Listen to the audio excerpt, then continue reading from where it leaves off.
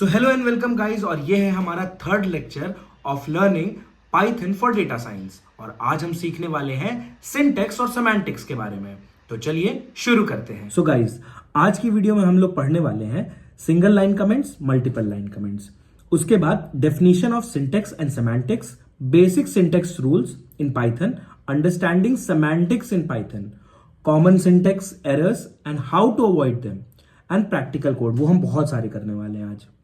सो syntax क्या होता है? Syntax refers to the set of rule that defines the combination of symbols that are considered to be correctly structured programs in our language. In simple terms, syntax is about correct arrangement of words and symbols in a code. So syntax क्या इसमें कह रहा है? Syntax कह रहा है कि कोई भी combination of symbols जो हम कमांड दे रहे हैं, कुछ भी, उसका करेक्ट स्ट्रक्चर क्या होना चाहिए. अब जैसे कि आप घर बना रहे हैं तो पहले आप बेसमेंट बनाएंगे, फिर ग्राउंड फ्लोर बनाएंगे, फिर फर्स्ट फ्लोर बनाएंगे. ऐसा तो नहीं हो सकता कि आप पहले फर्स्ट फ्लोर बनाइए फिर आप नीचे आइए. तो जो करेक्ट सिंटैक्स है वो हर मतलब एक स्ट्रक्चर देना, किसी भी एक चीज को एक स्ट्रक्चर देने को जो कहते हैं वो है हमारा सिंटैक्स. और सिमेंटिक्स क्या होता है? तो semantics refers to the meaning और the interpretation of the symbols, characters and commands in the language. It's about what is suppose to do when it runs. अब देखिए, जैसे मैंने आपसे बोला कि मुझे एक गिलास पानी चाहिए, तो आपको समझ में आ गया कि ये पानी मांग रहे हैं पीने के लिए. But when we are putting any kind of code और कमांड इन द लैपटॉप और कंप्यूटर, तो ये चीज हमारे सिस्टम को समझ में आना चाहिए कि हम क्या कहना चाह रहे हैं. लेट्स से 1+1, तो अब यहां पे मैं इसको 1+1 मतलब कि 1 को 1 से ऐड करने के लिए कह रहा हूं और जिसका आउटपुट 2 आएगा. लेकिन ये तभी हो सकता है जब हम करेक्टली उसको समझें, जब हमारा वो सिस्टम उसको प्रॉपरली समझ पा रहा हो. तो इसी को सेमांटिक्स कहा जाता है. सो अब बात करते हैं बेसिक सिंटैक्स रूल्स की. So let's start. Basic syntax rules. And इसमें हम पहले बात करेंगे केस सेंसिटिविटी की. सो अब आप देख रहे होंगे कि मैंने यहां पे हैश का यूज किया है. अब ये हैश जो है ये कमेंट आउट करने के लिए यूज किया जाता है जब भी हम किसी स्टेटमेंट को कमेंट करना चाहते हैं तो. और hash mostly single line comment के लिए यूज होता है. जब हमको एक लाइन के कमेंट को, एक लाइन में कुछ लिखा है उसको कमेंट आउट करना है, तब हम हैश का यूज करेंगे. लेकिन हम मल्टी लाइन कमेंट भी कर सकते हैं. अब आते हैं test.py फाइल पे. ये देखिए यहां पे हमने ट्रिपल कोट्स का यूज किया हुआ है मल्टी लाइन कमेंट के लिए. तो अगर आपको कभी मल्टी लाइन कमेंट करना है तो आपको क्या करना है? आपको ये ट्रिपल कोट्स डालने हैं और उसके बाद आप अंदर में कुछ भी लिख सकते हैं. This is a Python course. अब देखिए आप इसमें मल्टीपल लाइन लिख रहे हैं और ये कमेंट आउट है. कमेंट्स की क्या जरूरत होती है? कमेंट्स की जरूरत ये होती है कि जैसे हमें कोई भी चीज जिसकी रिक्वायरमेंट अभी नहीं है बट फर्दर हो सकती है, उसको हम कमेंट आउट करते हैं. समटाइम्स जो कोड हम लिख रहे हैं वो किस चीज से रिलेटेड है इसको बताने के लिए भी कमेंट्स का यूज किया जाता है. अब मुझे ये double line, multiple line comment use करने के लिए test.py फाइल पे क्यों आना पड़ा? आपको पता है कि IPYNB और py दो टाइप की फाइल्स होती हैं.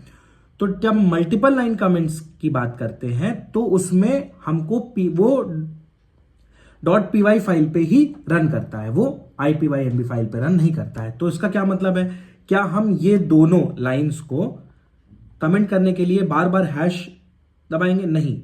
हम करेंगे क्या कि जब हमें कई सारी लाइंस को वो करनी हो तो हम सबको सिलेक्ट कर लेंगे, ओके, और उसके बाद कंट्रोल और फॉरवर्ड स्लैश दबा देंगे. ये देखिए यहां से ये कमेंट हट गया. अब जैसे ही हम फिर से इसको सेलेक्ट करके कंट्रोल फॉरवर्ड हैश दबाएंगे, ये इसमें भी हो जाएगा. तो IPYNB पे जब भी आपको मल्टीपल लाइंस को कमेंट करना हो तो आप उसको सेलेक्ट कर लीजिए और कंट्रोल फॉरवर्ड स्लैश दबाइए, आपका सब लाइन कमेंट्स हो जाएंगी. लेकिन मल्टी लाइन कमेंट हमारे IPYNB फाइल में यूज नहीं होता है. अब बात करते हैं हम लोग केस सेंसिटिविटी के बारे में. तो केस सेंसिटिविटी क्या होती है? कि इसको समझने के लिए हम लोग पहले एक वेरिएबल देते हैं, नेम इज इक्वल्स टू सृजन। इसके बाद आता है name is equals to Shukla, sorry name यहाँ पे। अब आप पूछेंगे वेरिएबल्स क्या होता है, तो अभी इतना समझ लीजिए कि variable is something which can store value. ठीक है, अब इसमें देखिए हमने यहाँ पे नेम ये वेरिएबल दिया सृजन और ये नेम दिया वेरिएबल शुक्ला, दोनों ही सेम चीज है नेम, लेकिन यहाँ पे स्मॉल एन है और यहाँ पे कैपिटल एन है, तो ये दो अलग अलग वेरिएबल्स की तरह ट्रीट करेगा पाइथन। क्योंकि पाइथन, अगर इसको आप ऐसे लिख लीजिए, पाइथन इज केस सेंसिटिव। ठीक है, तो अगर मैं इसको प्रिंट करता हूं, प्रिंट नेम, और इसको भी प्रिंट करता हूं प्रिंट नेम, तो आप देखेंगे कि दो अलग अलग वैल्यूज प्रिंट होंगी, सृजन एंड शुक्ला। अब चलिए मैं एक काम करता हूं कि मैं इसको हटा देता हूं और प्रिंट नेम करता हूं, तो देखिए केवल सृजन आएगा। इसलिए हो रहा है ये क्योंकि ये केस सेंसिटिव है, और यहां पे आप कभी भी अगर आपने कैपिटल लेटर या स्मॉल लेटर ये सब किया तो वो अलग वेरिएबल डिफाइन हो जाएगा, तो इस चीज का ध्यान रखना बहुत जरूरी बात है। सो अब हम लोग कुछ और सिंटेक्सेस के बारे में जानते हैं, तो let's go for indentation.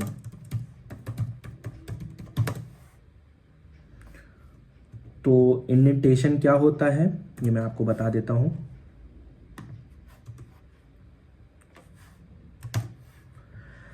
So in Python, indentation refers to the spaces or tab at the beginning of a line of a code. While most programming languages use curly brackets to define code blocks, Python uses indentation to indicate which statement belongs to a specific block, such as functions, loop, conditional statements, etc. So अब हम लोग इसको code में देखते हैं तो ज्यादा मजा आएगा।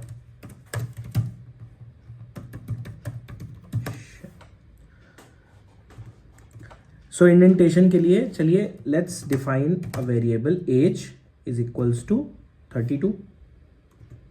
अब हम यहाँ पे इफ स्टेटमेंट डालेंगे। कोई दिक्कत की बात नहीं है, अगर अभी आपको नहीं समझ में आ रहा है कि ये इफ स्टेटमेंट क्या है, ये सब मैं आगे आपको पढ़ाने वाला हूँ। ठीक है, और अगर मैं यहाँ पे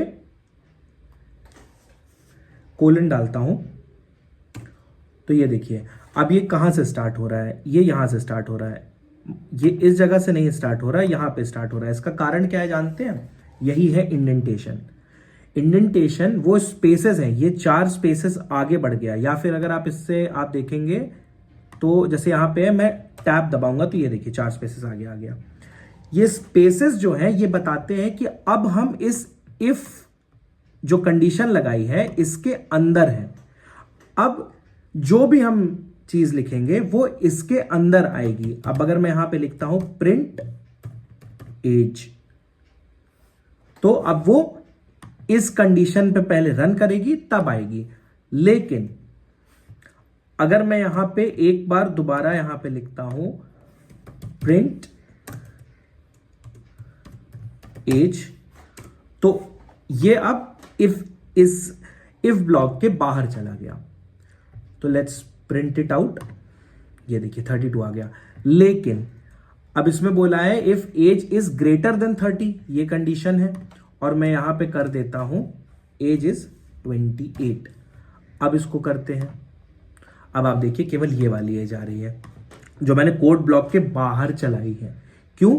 क्योंकि ये तभी प्रिंट होगा जब ये कंडीशन फुलफिल हो रही होगी, और ये वाले का इससे कोई मतलब नहीं है। और यही इंडेंटेशन होता है। इंडेंटेशन हमें बताता है कि कोई भी लाइन ऑफ कोड जो हमने लिखा है वो किस ब्लॉक से स्पेसिफिकली बिलोंग करता है। तो ये कोड, ये पूरा कोड इस ब्लॉक से डिफाइन हो रहा है, ये इससे बिलोंग करता है, बट ये वाला डायरेक्ट इससे बिलोंग करता है, तो इससे हमें कोई मतलब नहीं है। आई थिंक आपको क्लियर हो गया होगा, और जो भी चीज क्लियर ना हुआ करे आप प्लीज कमेंट में जरूर मुझे बता दीजिए, मैं कोशिश करूंगा उसको क्लियर कर दूं। बाकी किसी और लैंग्वेज की अगर बात हो जैसे कि जावा एंड ऑल, तो वहां पे हम क्या यूज करते हैं, वहां पे हम ब्रेसेस यूज करते हैं लाइक दिस। अगर आपको याद हो, आपने पढ़ाई की हो इसकी, तो आपको याद होगा हम ये ब्रेसेस यूज करते हैं उसमें, और ये ब्रेसेस उसमें डिफाइन करते हैं कि कौन से कोड ब्लॉक के अंदर ये चीज़ है। लेकिन यहाँ पे पाइथन में हम इंडेंटेशन का यूज करते हैं। सो नेक्स्ट अब हम लोग बात करेंगे लाइन कॉन्टिन्यूएशन की।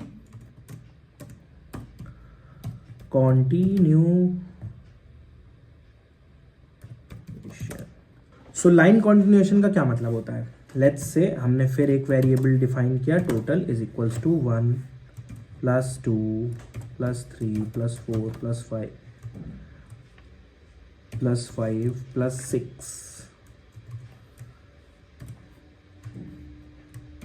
Plus 6 plus 7।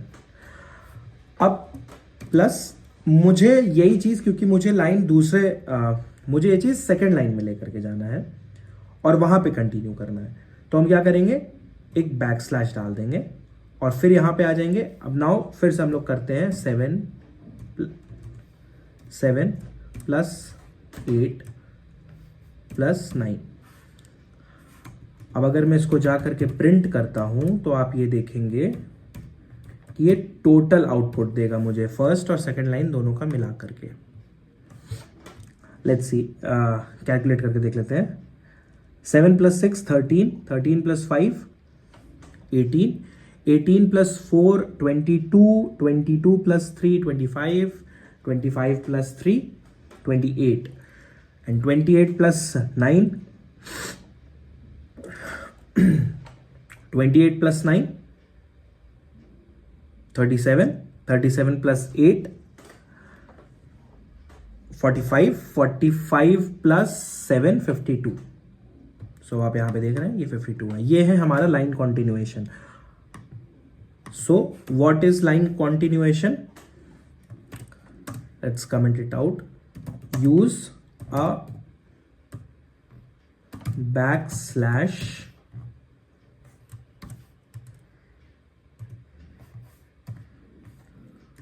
to continue a statement to a next line। I think ये आपको क्लियर हो गया होगा। अच्छा, आपने एक चीज़ नोटिस करी कि मैं जब ये हैश डाल रहा हूँ तो कमेंट्स प्रिंट नहीं हो रहे। कमेंट हमेशा हमारे कोड ब्लॉक में रहेंगे, लेकिन जब आउटपुट आएगा तो उसमें कभी प्रिंट नहीं होते हैं। सो नेक्स्ट अब हम लोग बात करने वाले हैं मल्टीपल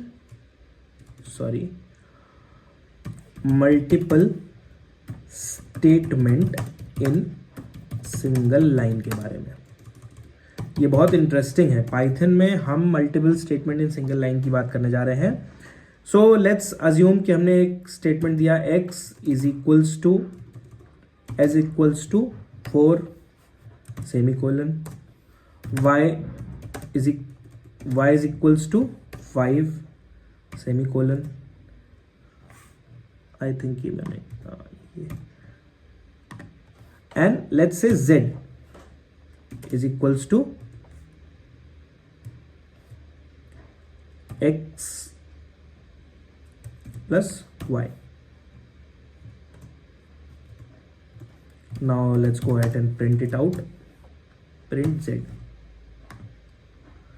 तो आप देख सकते हैं कि हमने सिंगल लाइन में मल्टीपल स्टेटमेंट्स दिए और वो प्रिंट हो गए। तो पाइथन में हम ये भी कर सकते हैं कि हम एक ही लाइन में कई सारे वेरिएबल्स को डिफाइन कर सकते हैं। सो let's go with understanding semantics।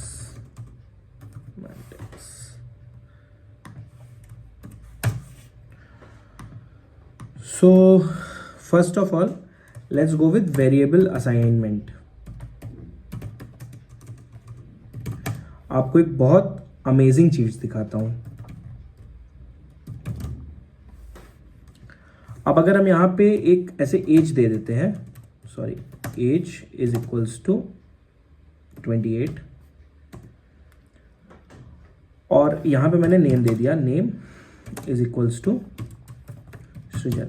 अब आपने बहुत सारी लैंग्वेजेस में देखा होगा कि जब हम एज या नेम देते, जब एज देते हैं और यहां पे जैसे मैं ये बता देता हूं कि इसका एज इज इंट, राइट, ये इंट टाइप है, और ये नेम जो है नेम इज स्ट्रिंग, ये है। लेकिन क्या पाइथन को भी ये चीज पता है? क्योंकि मैंने यहां बाकी लैंग्वेजेस की तरह डिफाइन नहीं किया है कि int age is equals to int to it, right? So let's find out.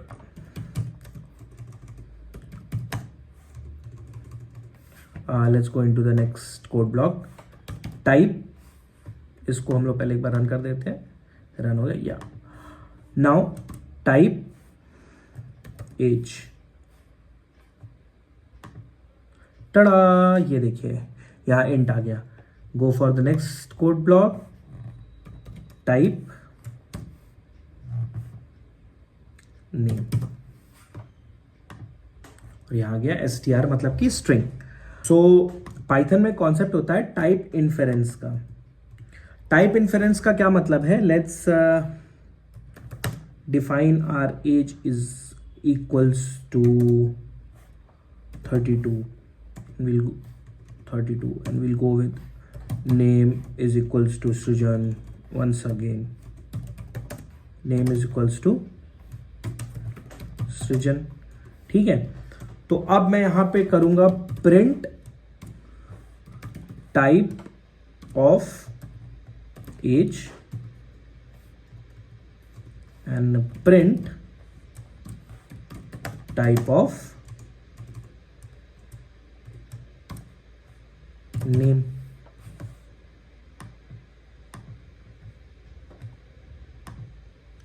तो ये देखिए यहां पे आ गया क्लास इंट, क्लास str।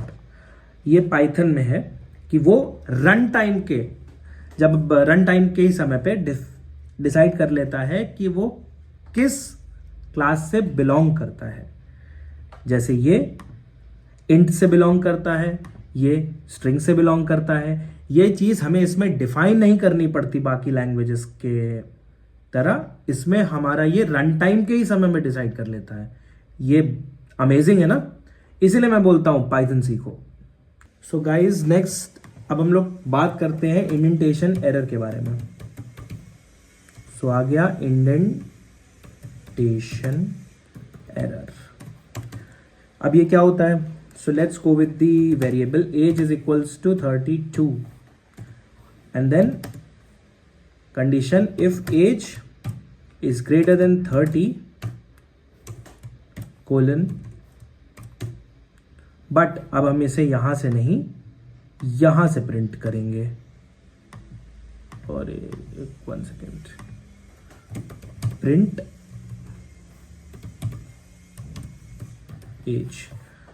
सो देखते हैं क्या आता है।